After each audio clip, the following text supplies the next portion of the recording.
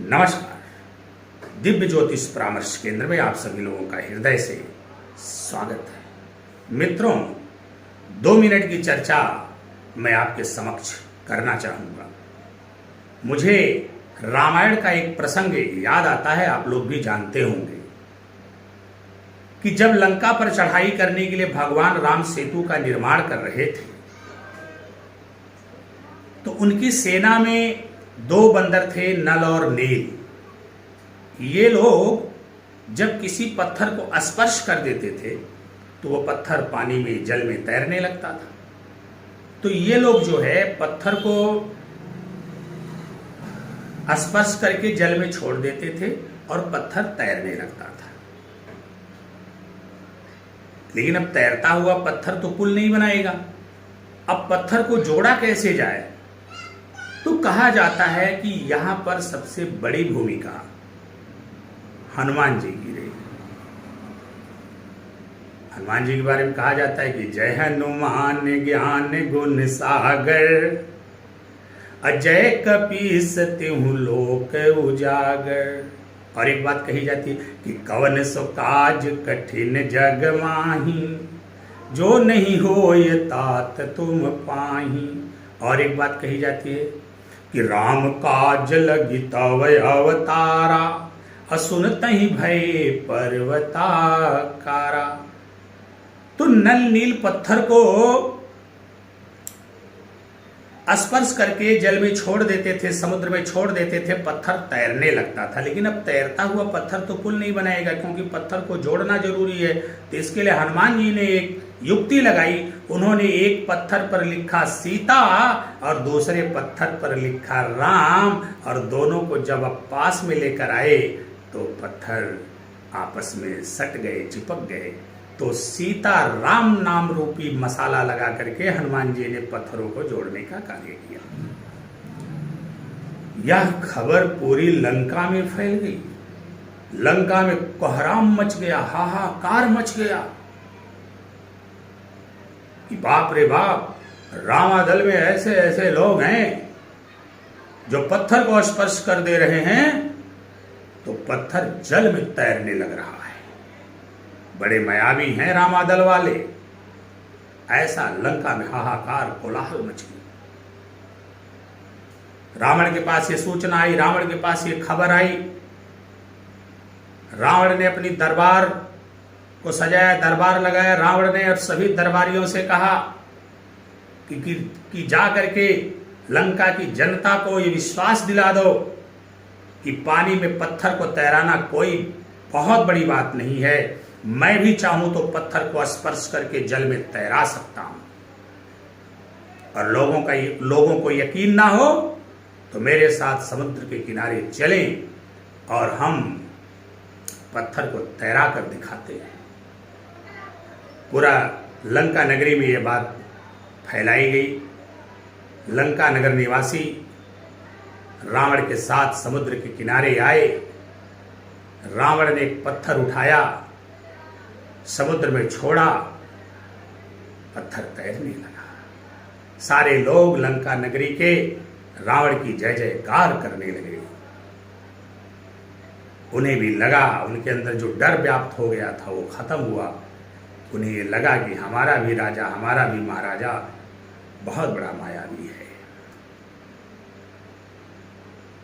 लंका के नगर के लोग आश्वस्त हो गए, विश्वस्त हो गए कि रावण के अंदर बहुत मायावी शक्ति है। और रावण के अंदर शक्ति थी भी। इस बात को रावण ने स्वयं कहा।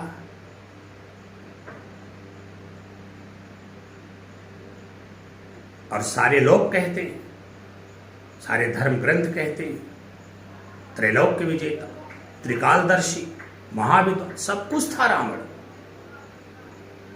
धन वैभव से परिपूर्ण युक्त था रावण। परंतु उसके अंदर जो सबसे बड़ी कमी थी उसका जिक्र हम करेंगे, अंत में करेंगे। तो जनता ने देखा कि रावण ने भी पत्थर को स्पर्श किया और पत्थर जल में तैरने लगा। शाम हुई, रात हुई, रावण अपने शयनालय में गया। वहां पर पहले से ही उनकी पत्नी मंदोदरी मौजूद थी। मंदोदरी तक ये खबर पहुंच ही चुकी थी कि आज उनके स्वामी ने पत्थर को पानी में तैरा दिया। तो मंदोदरी ने रावण से प्रश्न किया कि हे प्राणेश्वर, आपको मैं एक बात बता दूं, कोई भी व्यक्ति कितना होशियार, चालाक, बुद्धिमान क्यों ना हो, वो दुनिया को तो उल्लू बना सकता है, बेवकूफ बना सकता है, लेकिन पत्नियों को कभी नहीं बना सकता, इसलिए बनाना भी नहीं चाहिए। मंदोदरी ने कहा, प्राणेश्वर, पूरी दुनिया आपकी जय जयकार कर रही, लंका नगरी में आपकी जय जयकार चल रही है। मैंने सुना है कि आपने पत्थर को जल में तैरा दिया, जनता ने आप पे भरोसा भी कर लिया, लेकिन मुझे भली भांति पता है कि आपके स्पर्श करने से कोई पत्थर तैरने वाला नहीं है। तो क्या प्राणेश्वर आप उस योग्य मुझे समझते हैं कि आप इस रहस्य को बता सकें? देखिए, रावण में लाख दुर्गुण था, कुछ भी था, लेकिन मंदोदरी का बड़ा सम्मान करता था। भले उसकी बातों को अनसुनी करता था, लेकिन मंदोदरी को कभी रावण अपमानित नहीं करता था। जब मंदोदरी ने यह प्रश्न पूछा, रहस्य को जानने का प्रयास किया, रावण की आंखों में आंसू आ गए। रावण ने कहा, प्राण प्रिय, तुम बिल्कुल सही हो, मेरे स्पर्श करने से पत्थर नहीं तैरने वाला। तो मंदोदरी ने कहा, तो फिर पत्थर तैरा कैसे?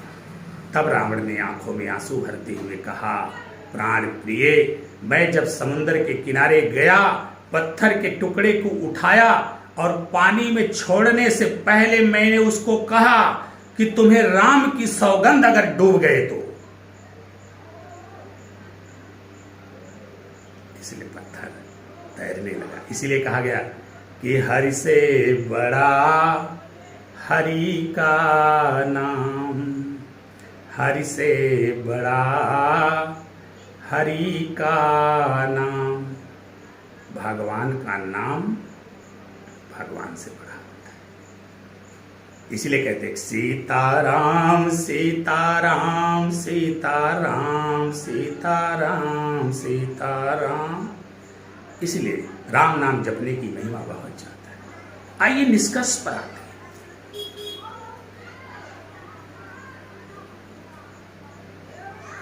रावण जानता था कि भगवान प्रभु राम दिव्यात्मा हैं, नारायण हैं, जानता था, लेकिन मानता नहीं था। जानता था रावण कि साक्षात नारायण हैं, उनके पास दिव्य शक्तियां हैं, अलौकिक शक्तियां हैं, बड़े ताकतवर हैं, बड़े शक्तिशाली हैं, बड़े प्रभावशाली हैं, त्रिलोकीनाथ हैं, त्रिलोक के स्वामी। रावण सब जानता था, लेकिन उसकी आंखों पर अहंकार का पर्दा चढ़ा हुआ था। अपने धन का, अपने वैभव का, अपने पराक्रम का पर्दा चढ़ा। इसलिए बाबा गोस्वामी तुलसीदास श्री रामचरितमानस में लिखते कि अहंकार आती हर दुख डमरुआ। बाबा गोस्वामी तुलसीदास ने कहा कि अहंकार सबसे बड़ा रोग होता है। उसी प्रकार इस दुनिया में लोग जो अहंकार के वशीभूत हैं, जैसे रावण सब कुछ जानते हुए भी, दिव्य शक्तियों के बारे में जानते हुए भी, सब कुछ समझते हुए भी अपने अहंकार के चलते कुछ नहीं माना, कुछ नहीं किया, परिणाम स्वरूप रावण का विनाश हुआ।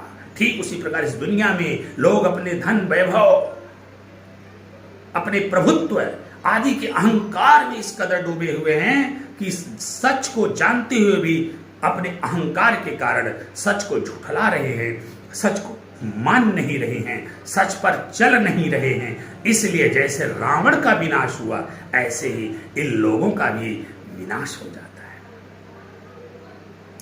इसलिए अपने जीवन में कुछ भी करो, परंतु ईश्वर की सत्ता को स्वीकार करो और सत्कर्म से जुड़े रहो। आपका तो कल्याण होगा ही, आपके पूरे परिवार और कुटुंब का कल्याण होगा। नमस्कार।